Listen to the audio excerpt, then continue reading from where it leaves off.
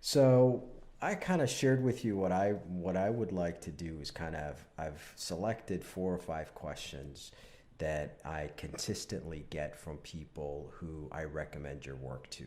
So I'm going to kind of let that guide our conversation. But before we do that, what fascinates me about you more than anything is about your amazing immersion to continually get better yourself.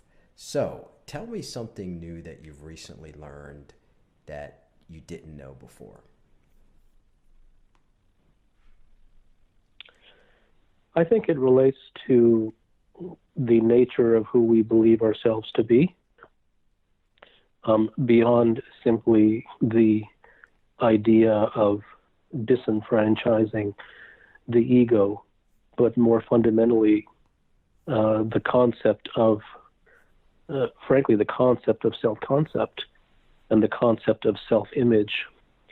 It seems to govern our entire lives. And I think that the fundamental realization of who one really is, and more importantly, who one and what one is not, I think is truly at the foundation of living a true life as opposed to struggling through life. So is it any surprise that that's the dialogue that you share in the opening chapter of your new book, which, this question, Kapil, of who am I, kind of seems to govern this whole shift of mindfulness, this whole shift of spiritual thinking. And certainly I know that that's part of the deep thinking that you do about yourself, but I know that you look at it from a different context. How do we begin to answer that question? It relates to the things that one can no longer accept as all right. There has to be a level of desperation or unbearability, so to speak, with regard to where one is. That really is the only impetus to change direction in whatever facet of life one explores. Once something is no longer okay, then a path away from that is sought. So it really comes down to where someone is with regard to one's level of desperation of no longer wanting to experience the things that he or she experiences, or the opposite, which is no longer being able to be kept from the things that he or she wants to have or attain. So is there really an answer to it? Like in your own journey, have you answered that question for yourself, or is it that constant quest? I don't really believe in constant quests, because that very quickly turns into a procrastination. And that's exactly the fundament of human beings, is to procrastinate about everything. And so when someone says that I'm going to be a perpetual student and always continue to learn, and it's a constant quest and it's a journey that has no end, that there is way too much license there to never arrive anywhere, which is precisely what the mind happens to want. Because at the end of the day, a human being is a prisoner to his mind. And the ultimate freedom is freedom from the mind and freedom from the self. So it can't be a constant quest. There has to be an end point. And the end point is the very inspiration, the very motivation that gets one moving in the first place. What's yours? Total freedom. And so from when did you know you got there? Because and it's one I thing. haven't gotten there. This is still a quest, but it by no means is an infinite quest. There very definitely better be an endpoint, because it simply isn't okay with me to to live in any imprisoned sort of way to the nuances and behaviors and machinations of the mind. That simply isn't okay. So no, I haven't gotten there. It's something that is at the center of my life. It's my devotion. Well, and I know that one of the approaches for all of us to take is to start subtracting everything that isn't supposed to be there. Um, from your Yes perspective. and no. Yes and no. Um, uh, what you have just said is a true statement. The truth comes about largely through subtraction, not through addition. That is a true statement. However, the stating it in such a way, you spoke it too easily, Mo. You said it too easily, and when you say it too easily, it immediately will be imbibed as a prescription. So then the people will be told to watch your thoughts and keep subtracting and keep saying, I'm not that, and neti, and there the whole gang of gurus and the spiritualists come calling. You can't say it that easily, because you have to be fully cognizant of the fact that the people who are listening to you are not the people themselves, but it is their minds who are listening to you.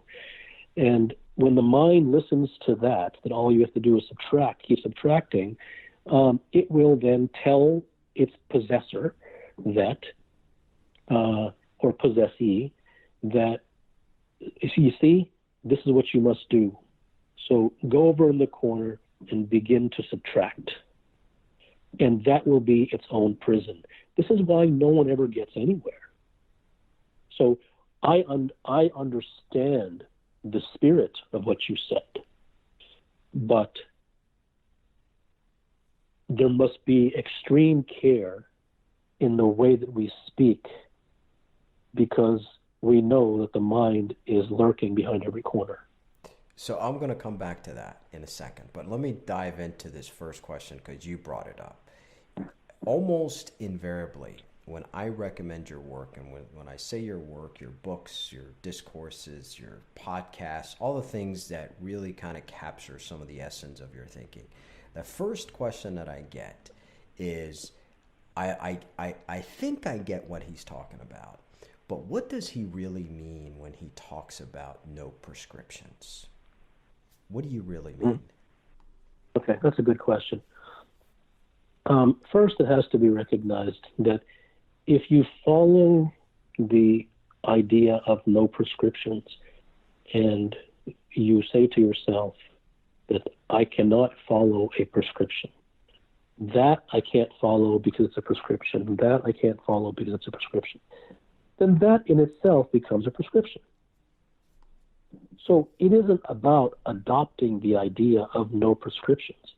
Then that becomes no better than anything else. It comes down to understanding. So it isn't me on some pulpit and you sitting below me and me teaching and preaching to you. We are sitting on the same side of the desk and we are conversing together.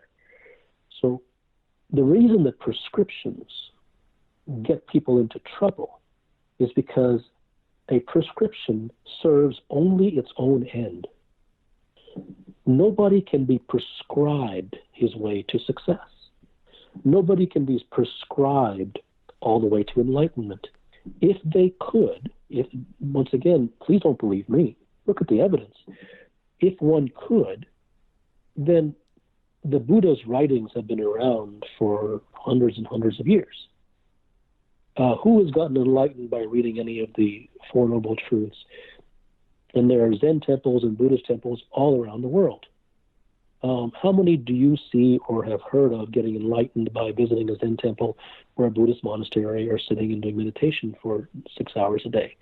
So if that were true, then you could very easily be prescribed to enlightenment because the prescriptions all exist in spades. Mm-hmm. Same thing with success. If someone becomes a super successful CEO or investor or an artist or a singer or a professional athlete or whatever, if that could be bottled, then they would just say, well, just do this and do this and do this, and you'll become as great as I am. Well, That's been they tried. to. That's right. It's been tried again and again and again. Well, how many Michael Jordans do you see walking around? How many Tigers do you see walking around? Right? So if that were true, then that would be very easy to replicate. But it isn't true. That's why it isn't there. So we have to look at the evidence. And there's the evidence for the fact that when you are told that this is what you must do, then what will happen is that your mind will focus on the this.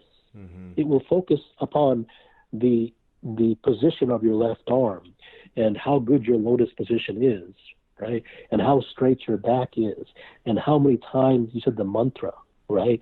And how much incense did you actually burn, and how many hours did you sit for? And that becomes a new goal. The prescription itself replaces the original goal. And now you become subservient to doing the prescription and making that perfect, as opposed to reaching somewhere. So whenever you give someone a how to get there, they will forever get to the how, but they will never get to the there. And our entire society is based upon, this is the 5-step plan. These are the 3 next steps. These are the 10 ways to become happy. All these things, they not only do they not work, they can't work, because no one can be prescribed his way to anything.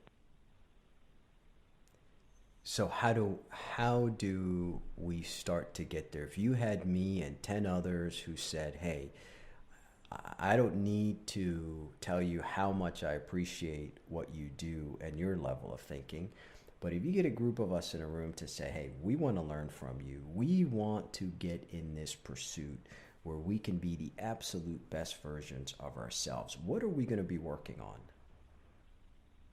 You're not going to work on anything. It first and foremost is this. Take this example. If I drop you into a lake and you can't swim, you are not going to ask me how to flail your arms.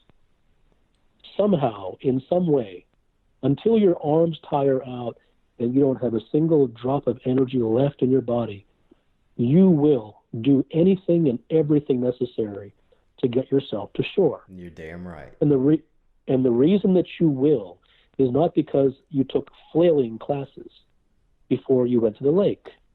The reason that you will is because the key ingredient of the desperation to get to the shore was there.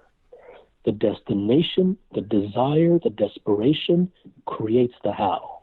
It is not the other way around.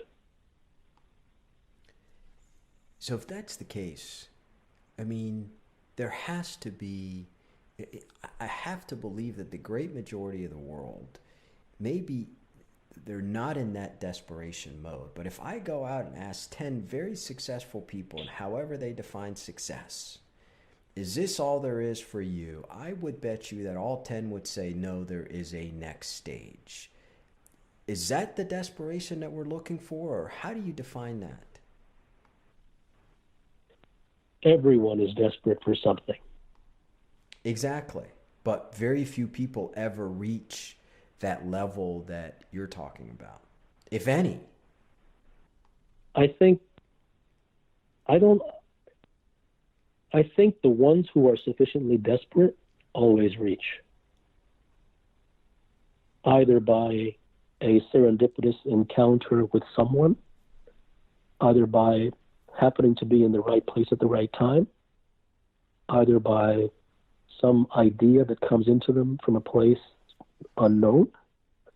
Whenever someone has the sufficient level of desire or desperation, they don't not reach it. You see, I don't believe in failure. I fully expect people to fall along the way, because everything is experimentation until you succeed. But ultimate failure is only for those who are not desperate enough. I just don't buy the idea that I give an individual was desperate enough and didn't get there. I think that the universe is created in such a way that when there is a requisite level of desperation, that things begin to happen that cannot be explained, that aid him in that process. So I want you to give our listeners, and I'm assuming here the people who are listening to this know about what we do and certainly know about your work because, strategically, the message that you've been sharing with people is something that I've been promoting since we met 2 years ago. Give me an example of a before and after of somebody that you worked with who started to get a glimpse of that. I don't know where that really goes, Mo. I mean, I just want people to get a sense that, I could give you several examples, but it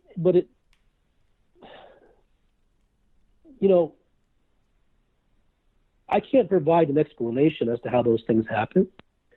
So it really becomes a fragmentary conversation because, people have, found, an enormous sense of peace, and their behavior begins to drastically change, and they, but these things, I hesitate greatly in mentioning these things because I don't want it to sound like a brochure. You know what I mean? Because I never tell anybody when I begin working with them, this is what's going to happen. This is what I'm going to promise you. I'm just as surprised as anybody else how these things happen, that they happen at all. All I know for one thing, which is the absolute fact, is that when there is an uncompromising pursuit and exploration of the truth about a given issue in a given person's life, there are fundamental physiologic, universal, biologic, psychological changes that begin to happen. It's mystical almost. I have no idea how it happens. But something within the human organism responds to uncompromising and direct truth. So perhaps because it is so foreign in our world to talk about anything that is direct truth.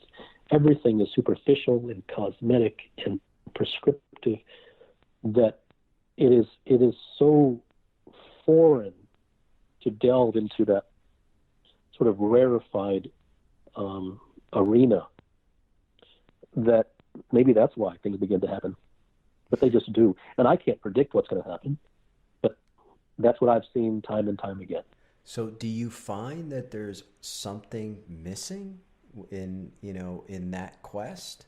Because the next big question I get is, what exactly is this truth that he's talking about?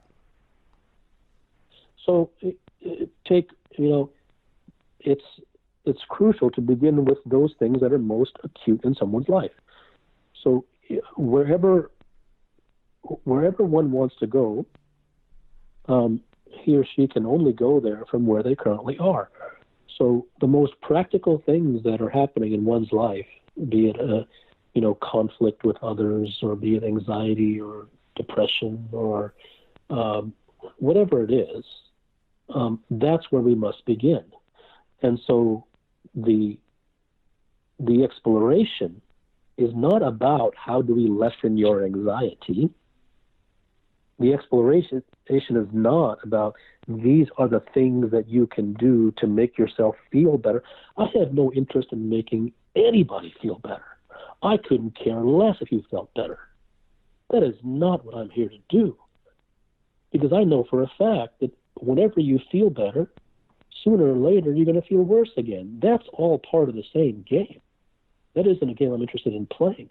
So the exploration of the truth comes in when you begin to dive deep into the very source and the very root, the unimaginable root of where those anxieties really come from, without any expressed intent of trying to lessen their anxiety. And that is fundamentally, wildly different from what anyone is used to. That isn't the world that we live in.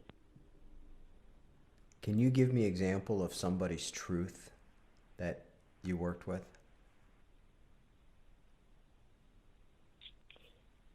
For instance, this is an example I give in the book, and it's a common example. It happens with many, many people. And it's, if someone is angry at you and they slander you, the natural human reaction is to get upset. And the natural prescription is, don't get upset. It's not what they say, it's how you react. It's not personal. It's not about you. That's right. Take 5 deep breaths and take, this just drivel. I mean, it's almost shameful that people would, say these things. Okay. It really is, the question isn't, well, how do I not get upset? That isn't the question. The question is, why did the upsetness happen? Why? From where did it arise? And where that arises from is that when someone is slandered, a part of them begins to entertain the fact that they are, in fact, what the other person called them. So someone calls someone an idiot. Something inside the person begins to entertain the fact, seriously, that maybe you are an idiot. And then that creates self-conflict, because the other part of that person says, well, no, I don't, no, I'm not. And how can you, meaning himself, which is really a conversation against the mind, it's mind talking to mind, says, well, no, I'm not. And the other part of the person says, well, maybe you are. And that creates internal conflict. And then that internal conflict manifests itself as anger. Now, in order to prove that, if someone called you an genius. elephant. No, same thing. Genius would cause self-conflict too, because a part of you would say, you're not a genius. Okay? So if someone called you an elephant, someone called you a horse, right? Said you're a horse. Well, you wouldn't really get angry, because there would be no part of you that would seriously entertain that you were a horse. And therefore, there would be no self-conflict. And all conflict is self-conflict. So that is a fundamentally different approach, because it gets down to the truth. It gets down to the source of where the upsetness, so to speak, arises, as opposed to playing the superficial and cosmetic game, which essentially perpetuates the problem. No one ever gets over anything by you saying it isn't about them, it isn't about you, it's about them. Don't take it personally. No one ever gets over. That doesn't cure anybody. Okay, so this does. Okay, a constant revisiting of the source of one's problems eventually begins to create an understanding within a person, which begins to free him from the problems he's imprisoned to. Well, if there's something that I have imprinted in my head from just all of the conversations we had, is something that you said there, is that all conflict is self-conflict. And I want to get to that in a minute, but something was triggered in my mind. How come most of us need the approval of other people? Because we are not whole. And therefore, we look to any and all arenas in order to fill the holes within ourselves. Professional athletes face this all the time. They need to win. The winning just to win is one thing, but no professional athlete wins just to win. Everyone looks to the game, looks to the field, looks to the court in order to fill a hole within themselves. And that is why the only one who can really play and the only one who can really live is the one who arrives whole. When there is no need, there's freedom. Is that part so the of game? So the game doesn't become how do I garner and accumulate enough validation in order to patch up these holes. The real pursuit becomes how do I become whole so that I no longer need to fill up any holes.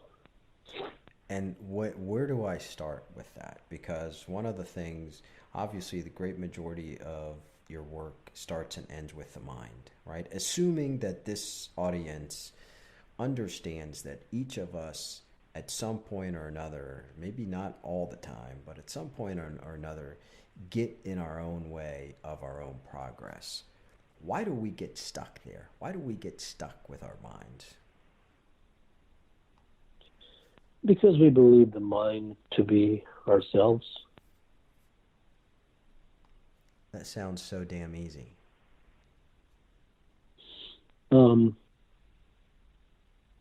Everything is easy. It just depends upon one's level of desire. See, there is no difficult. The difficult is, what is difficulty? Difficulty is making yourself do something that you don't really want to do. That's difficult. Easy is the congruence of what you're doing with what you really want to do. See, this is why everyone says this is so hard. And, of course it's hard because it's all penance. Everyone subscribes because, from religion to education to parents to everyone, society has been teaching human beings for millennia that you have to pay, that you have to give penance, that you must suffer, that you must work hard and bleed and sweat in order to get somewhere. And even if that were true, what has happened is that man has fallen in love with the sweat and the blood and the struggle, and he's forgotten all about why he was struggling in the first place.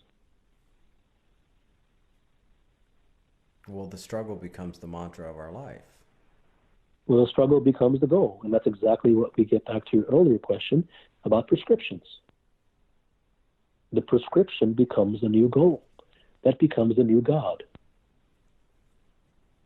Am I doing it correctly? Am I doing it long enough? How long must I do it before it comes?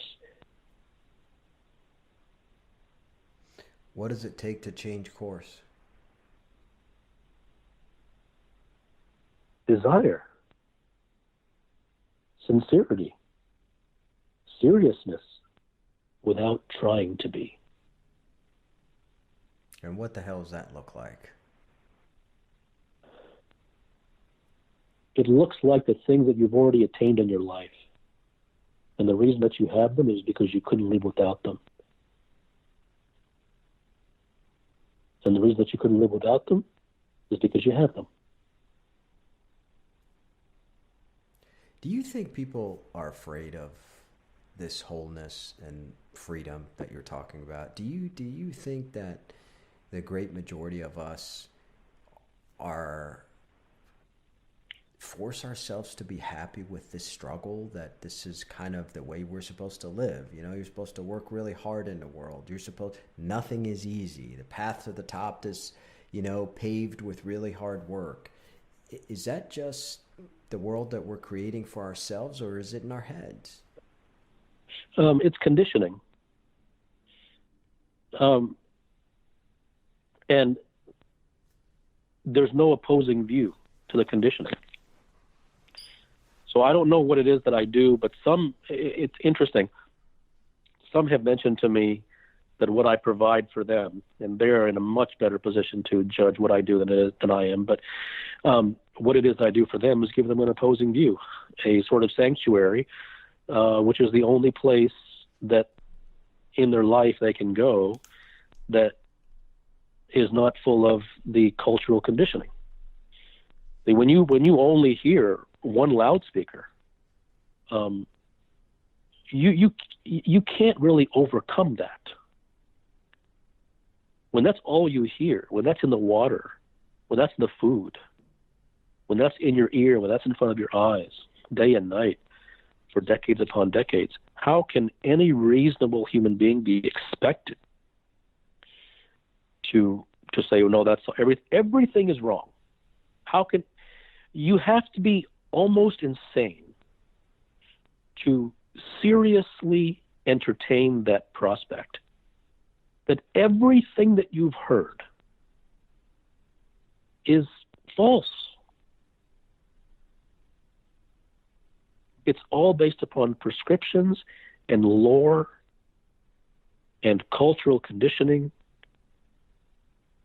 Once again, please don't believe anybody, especially not me. Look at the evidence. So if you just if all these things worked, go ahead. Have you just taken a stand that regardless of what it is, you're going to just question the... Oh, I haven't taken a stand. For me to take a stand would be to believe in what I believe. I don't believe in what I believe. I only believe in the evidence. I don't need to take a stand. You don't need to take a stand that the moon arises in the sky, not on the ground. You don't need to take a stand there. You can go outside and look. This is years of observing and seeing and witnessing the same patterns again and again and again. And I'm not the only one. The people who arrive at the pinnacle of their craft in any field, they have an inkling of this too, because they tend not to do what others do. They tend to be contrarian. They tend to be loners. They tend to be against the grain. They tend to be part of the fringe element. That isn't by accident. You know, the common socializing groupie is not the individual who becomes elite. He gets what everybody else gets. So this is to a small segment of the population. This is not news. But if you walk into any discipline, any arena, and you know nothing about the arena, whether it's engineering or medicine or sports or business or finance, whatever it is, you can walk into any arena knowing nothing about it and saying, whatever are your prevailing dogmas, and I have no idea what they are, they're wrong. Because the majority view is always wrong. The majority opinion is always wrong.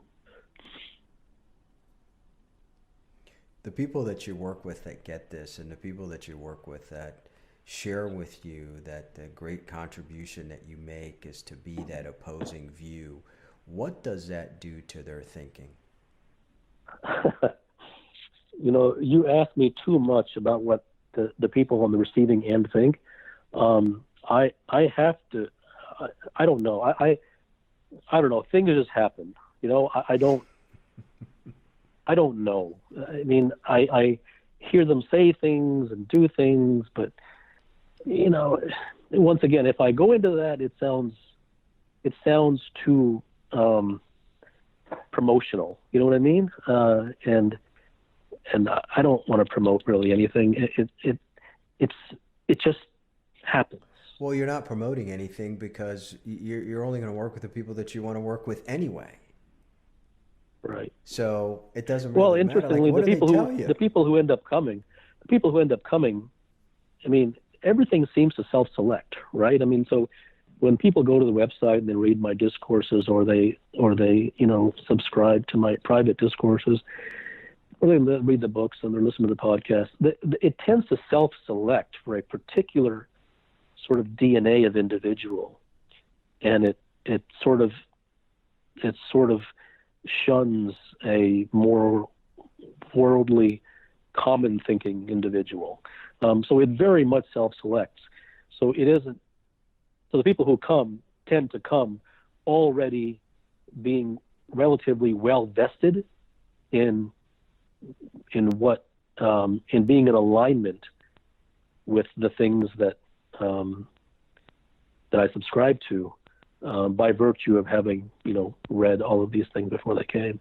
Well, speaking of that, your latest discourse, or maybe it was a couple of weeks ago, really speaks to that, and it really spoke to me, because you've shared it in some context here where you talk about this whole idea of the superhuman, and that all of us are created equal by way of flesh and blood, but it's the heart within us that differs greatly. Go into that a little bit, if you remember what the hell you wrote. I have no idea what discourse you're talking about, but the statement that you just mentioned, I'm hearing it for the first time. I might have written it, I don't remember, but it's true. It's. I guess I must agree with myself if I wrote that. It really comes down to the DNA of a particular individual. What I do in some ways is for everyone, and in some ways really isn't for everyone. And what I mean by that is, fundamentally, we are all human beings, and therefore, these are the truth about things. Really arriving somewhere in one's life is really what we all seek. But we have to first arrive at the place in which we are desirous of arriving there. And so that is an evolutionary process within ourselves. And I don't know why some people truly are ready for such things and others are not. So in that sense, it isn't for everyone, because many are going to read these things and consider it extraordinarily, almost mystical, and 180 degrees opposite of the world that they're used to living in, and therefore it's just too much.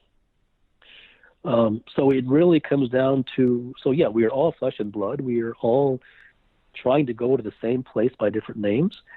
But it really comes down to the DNA of a particular individual that determines whether or not he is ready to pursue such a journey.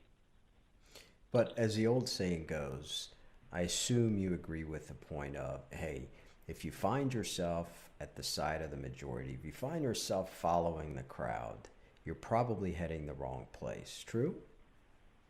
Yes. Talk to me about how we deal with attachment. At some point, we all face it. We all deal with it. We're all dealing with it right now. It's human. How do we start to deal with it?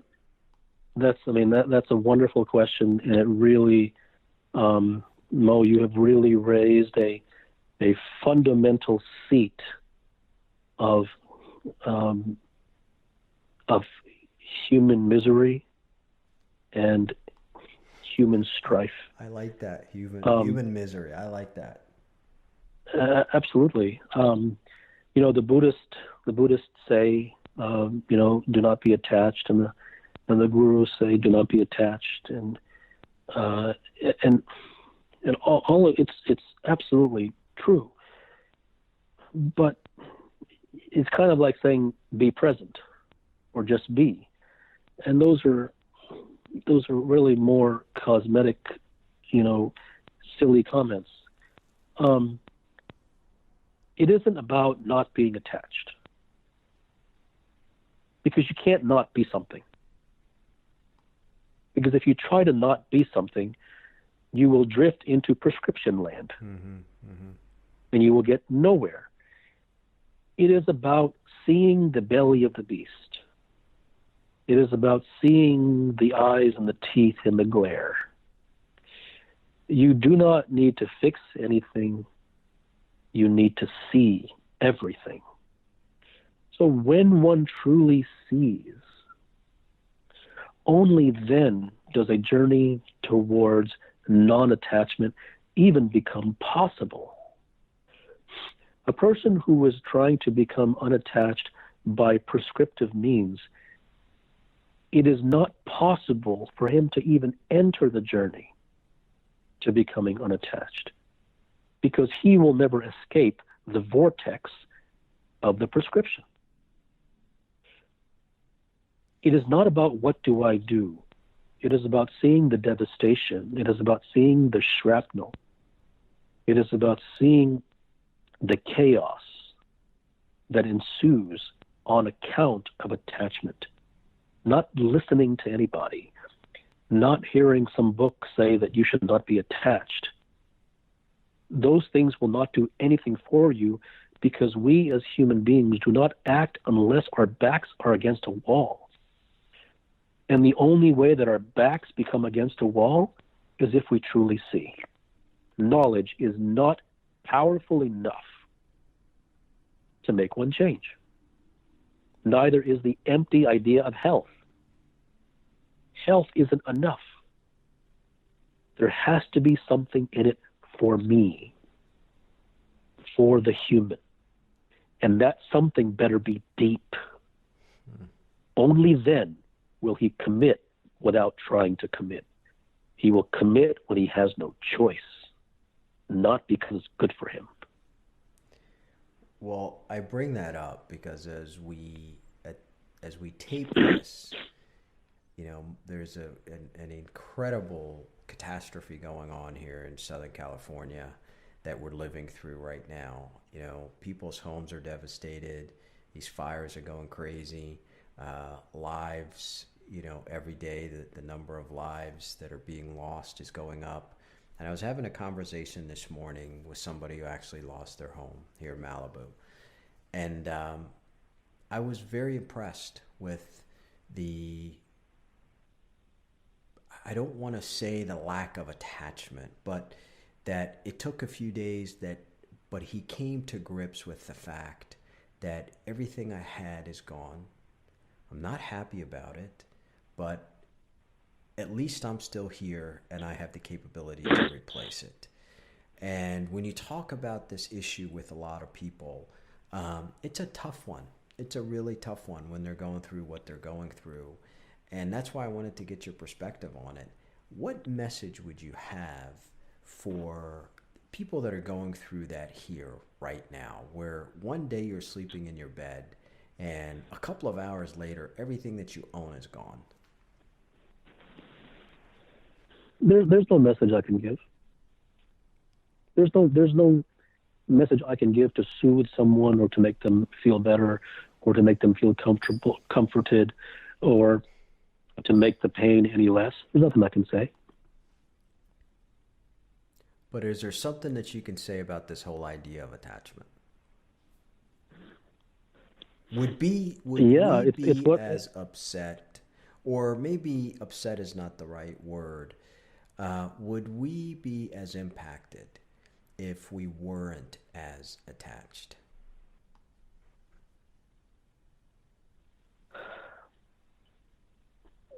Well, no, but the only reason that you're asking that question is because a person's house burned down, right? Exactly. See, what I want to hear you ask is, okay, let's say no one's house burned down. You wouldn't be asking me that question. Because it's easier to talk about it at that point, because it's just it's a concept. Because I would argue that it's no small thing for someone's house to burn down and lose everything. Of course, that's devastating. It's no small thing. It shouldn't be taken lightly. I'm all with that. But I will argue this. It is far more devastating to live every day of one's life under the weight of attachment without even knowing it. And I would say most of us are living like that. Absolutely. So the question arises there.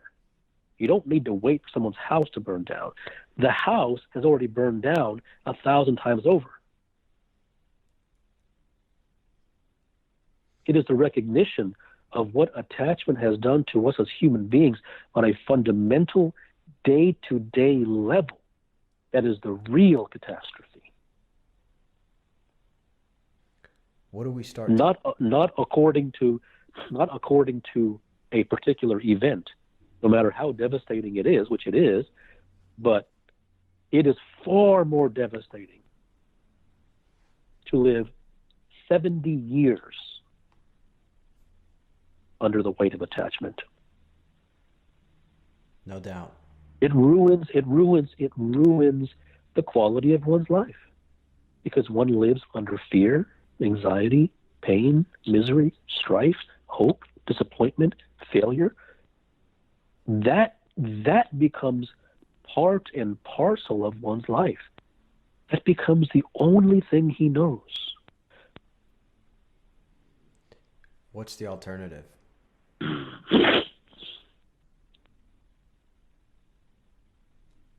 The alternative is freedom. Freedom from the mind. Freedom from attachment. Freedom from seeking. Freedom from hope. Freedom from wishing that tomorrow will be better than today, and therefore never really arriving at tomorrow. Well, we've definitely experienced that here for some people, for a lot of people. Who hasn't? Everyone experiences that. Everyone lives there. The real tragedy isn't death. The real tragedy is life. What are some things that we can do to start to live a life of freedom? I'm not going to say get there, because I don't think we're there yet, but what are some steps that we can start to take so we can start to lose that? Well, I don't think that there's a we anything. There's no we. There might be three people. There might be three people who are listening to this podcast who might become ready at some point in their life. Okay? So there's no we anything. It really comes down to not doing anything at all. It is understanding that your problems will never go away. No matter how elaborate the fix, the technique, or the methodology may be, you cannot escape your problems. And because you cannot escape your problems, you will live a life of torment and anxiety interspersed by a few joyful moments. That will be your life. The only way out of that is for what I just said to absolutely not be okay. All right, so let me end with this. What are you most optimistic about? Nothing. I don't believe in optimism. What are you looking forward to? Nothing. I'm not looking forward to anything. I do not want tomorrow to bring me something. Because if I want that, I'm going to keep looking over there. So if I have a journey, if I have a devotion, it is to become 100% totally and completely free of all imprisonments of my mind. And on a scale of 1 to 5, where are you? No, I don't know. An impossible question to answer. I am 5 with regard to my level of devotion. And is that all that counts right now? That's the only thing that really works. All right, well, I'm going to cheat and ask you one more question. People want to know, do you set goals? No. Do you believe in setting goals? If you're running a company and you're running a public company, you have to have something for people to look forward to. I think that relates to why you started it in the first place? What is the thing that you truly want to achieve? A vision. What is your arrival? And that is not as easy as a question as it may sound. Of course. Because the arrival has far more to do with the deepest sense of unmitigated satisfaction than it does with achieving a sense of pleasure. That is, I think that gets to the essence of the matter. Well, that's pretty appropriate. Obviously, we can sit here for hours, but I think most importantly, what I hope that we did with this segment is address some of the key questions that people have. And, I will continue to encourage anyone that listens to our work or subscribes to our work to do yourself a favor and dig a little bit deeper into Kapil's work. Not only his books and his discourses, but take some time to reflect, to journal, to really try to capture the messages that he's trying to tell. Because for me personally, the one thing that sticks to me is this whole idea that you said all problems are problems of the mind. There is no conflict. Everything is self-conflict. I've tried to come to grips with that, but, I'm about as candid as anybody. It's really difficult, and maybe I'm overcomplicating it, but when I see the work that you do, I'm inspired to try to get to that level of desire that you talk about. So for people that are listening, do you have any parting words? No. How come I knew that was going to happen? Well, hey, it's always a pleasure. Thank you. Thank you.